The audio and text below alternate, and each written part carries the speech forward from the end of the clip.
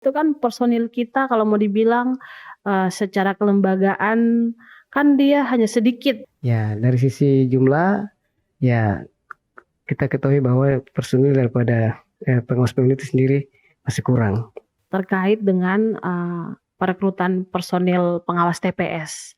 Karena nanti pada saat, pungut hitung itu kan nanti juga bertabrakan nih kepentingannya dengan kepentingan KPU dan juga kepentingan, peserta pemilu. Dan pada saat supervisi dan pembinaan itu kami sudah melihat sudah dilakukan pemetaan.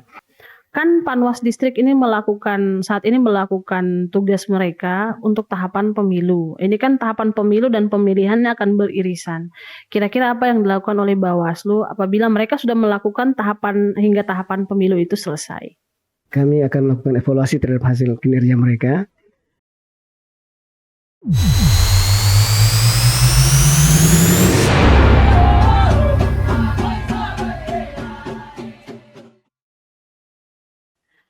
Selamat siang sahabat Bawaslu di mana saja Anda berada. Pada saat siang hari ini, kembali lagi kami Bawaslu Provinsi Papua dalam podcast edisi yang ke-16 bersama salah satu narasumber yang tidak asing lagi. Beliau adalah Bapak Yaakob Paisei. Beliau adalah anggota Bawaslu Provinsi Papua sekaligus Koordinator Divisi SDM Organisasi Pendidikan dan Pelatihan. Selamat siang Pak Kordif. Ya, selamat siang Ibu. Selamat siang. Bagaimana kabarnya Pak Kordif? Ya, baik-baik, puji Tuhan. Baik-baik. Puji Tuhan. Perlu Bapak Ibu ketahui bahwa Pak Yaakob, Pak Kordif SDMO, beliau juga merupakan pengganti antar waktu anggota Bawaslu Provinsi Papua periode 2013-2018. Jadi bagi kita yang di Bawaslu mungkin sudah tidak asing lagi dan mungkin masyarakat di luar sana juga seperti melihat orang lama yang kembali lagi. Seperti begitu kurang lebih ya, Bapak? Ya, pada saat siang hari ini kita mungkin akan sedikit diskusi terkait dengan divisi yang Bapak emban sebagai Koordif SDM organisasi. Kira-kira apa saja yang akan Bapak lakukan, program-program apa saja yang akan Bapak lakukan terkait dengan divisi SDM organisasi ini. Silakan Bapak. Ya, baik, terima kasih. Dari sisi sumber daya manusia, terutama hal ini untuk divisi SDM, yang pertama menjadi perhatian utama adalah konsolidasi internal, artinya di dalam internal lembaga Bawaslu itu sendiri, baik komisioner maupun staf sekretariat. Dan sementara kami lagi adakan konsolidasi internal. Yang berikut adalah penguatan kelembagaan.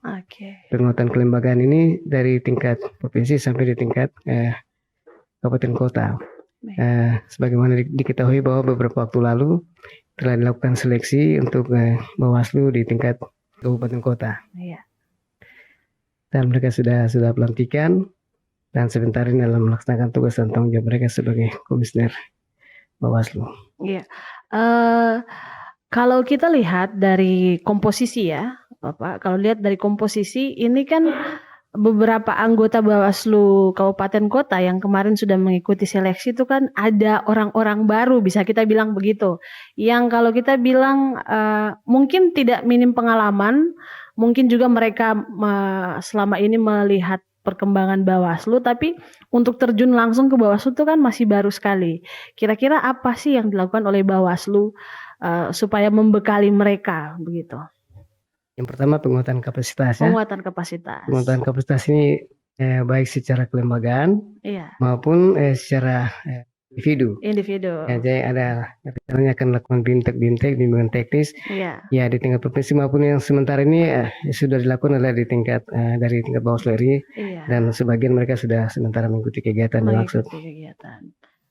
Bapak yang ingin saya tanyakan lagi, kemarin pada saat seleksi anggota Bawaslu kabupaten kota itu kan terjadi pengambil alihan tugas dan wewenang Bawaslu oleh provinsi.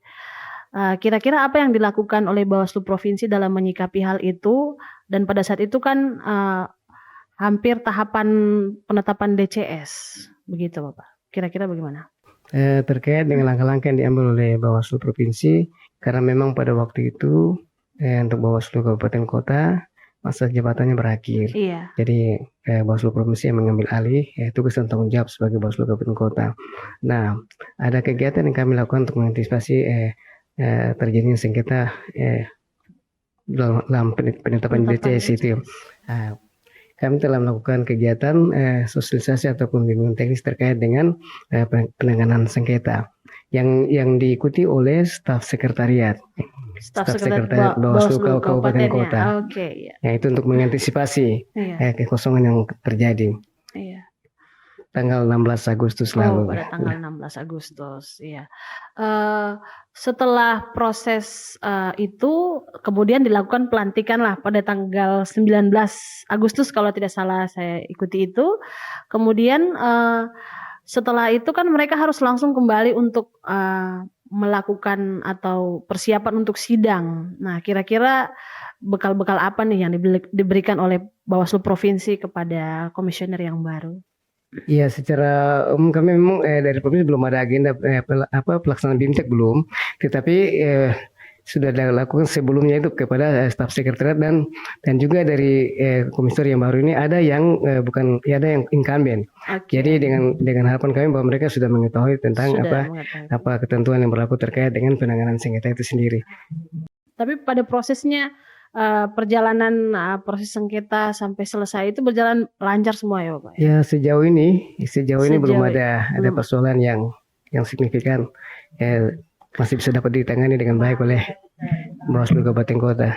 Terkait dengan hasil yang kemarin telah dilakukan oleh Bawaslu Kabupaten Kota dalam bagaimana mereka melakukan proses penyelesaian sengketa di beberapa kabupaten kota, kita kan nanti akan menghadapi tahapan-tahapan selanjutnya, tahapan DCT, kemudian apalagi di tahapan kampanye nih Bapak. Nah, di tahapan kampanye itu kan personil kita kalau mau dibilang secara kelembagaan kan dia hanya sedikit. Nah, kira-kira apa nih yang dilakukan oleh divisi SDM organisasi atau mungkin Bawaslu secara umum, Bapak? Kira-kira bagaimana? Ya, baik. Tentunya di setiap tahapan pasti ada potensi-potensi pelanggaran yang terjadi dan tentunya kita secara SDM kita harus siap secara maksimal ya. Iya.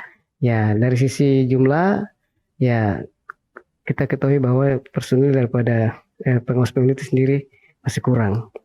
Tetapi kami berusaha semaksimal mungkin supaya melakukan kegiatan-kegiatan yang bisa meningkatkan kapasitas daripada pengawas pemilu itu dalam hal ini staf sekretariat dan komisioner. Tetapi juga di lain pihak kami juga bekerja sama dengan pihak-pihak lain dalam hal ini pihak kampus maupun stakeholder lainnya untuk melakukan pengawasan partisipatif supaya terlibat secara langsung ya. Terkait dengan tadi Bapak sampaikan bahwa juga akan melibatkan pihak atau lembaga lain, kira-kira selain kampus atau mungkin stakeholder lainnya itu apa yang mungkin nanti bisa terlibat bersama-sama dengan Bawaslu? Iya, pihak-pihak yang dipandang perlu ya untuk kita bisa bekerja sama dalam hal melakukan pengawasan terhadap pelaksanaan pesta demokrasi itu sendiri. Ya, bisa kita kerjasama dengan pihak Komisi Informasi, Komisi Penyiaran Indonesia, KPI, pihak kepolisian, terutama juga Pemda juga dalam hal ini pihak Satpol PP maupun Kesbangpol. Kita tetap bangun kerjasama dan juga media sangat penting untuk kami bangun kerjasama dengan mereka. Baik Bapak, selanjutnya mungkin kalau kita lihat ini kan pemilu bahkan pemilihan mungkin kan sebentar lagi. Tidak terasa 5 bulan lagi kurang lebih ya Bapak. Kira-kira apa langkah-langkah Bawaslu terkait dengan perekrutan personil pengawas TPS? Karena nanti pada saat pungut hitung itu kan nanti juga bertabrakan nih kepentingannya dengan kepentingan KPU dalam rangka merekrut KPPS dan juga kepentingan peserta pemilu dalam rangka merekrut saksi-saksi mereka. Kira-kira bagaimana, Pak? Iya, baik, sebelum sampai pada tahap perekrutan PTPS atau pengawas di TPS, tentunya kami dari provinsi melakukan supervisi dan pembinaan kepada Bawaslu di tingkat kabupaten kota dan juga di tingkat distrik.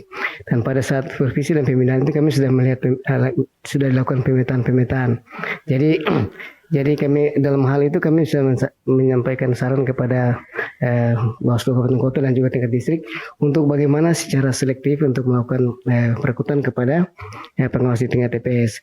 Memang betul untuk mencari orang yang yang berintegritas memang di tingkat bawah agak sulit.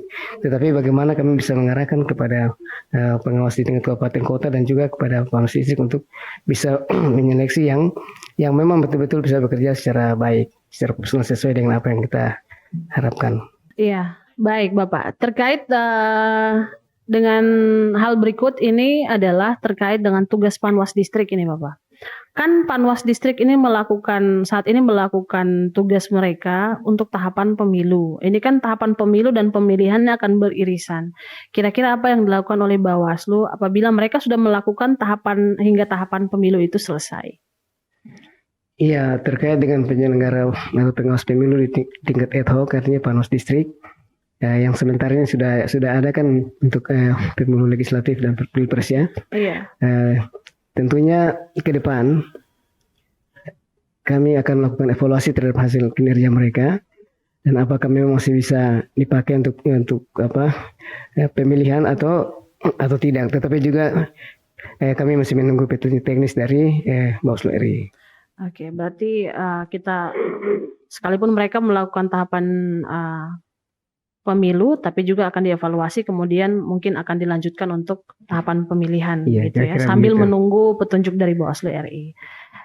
Sahabat Bawaslu di mana saja Anda berada, kini tiba saatnya kita ada di penghujung acara dan kita akan dengarkan closing statement dari narasumber kita. Silakan Pak Kordif. Pemilihan umum ini adalah pesta demokrasi, pesta rakyat, pesta kita semua ya. Iya.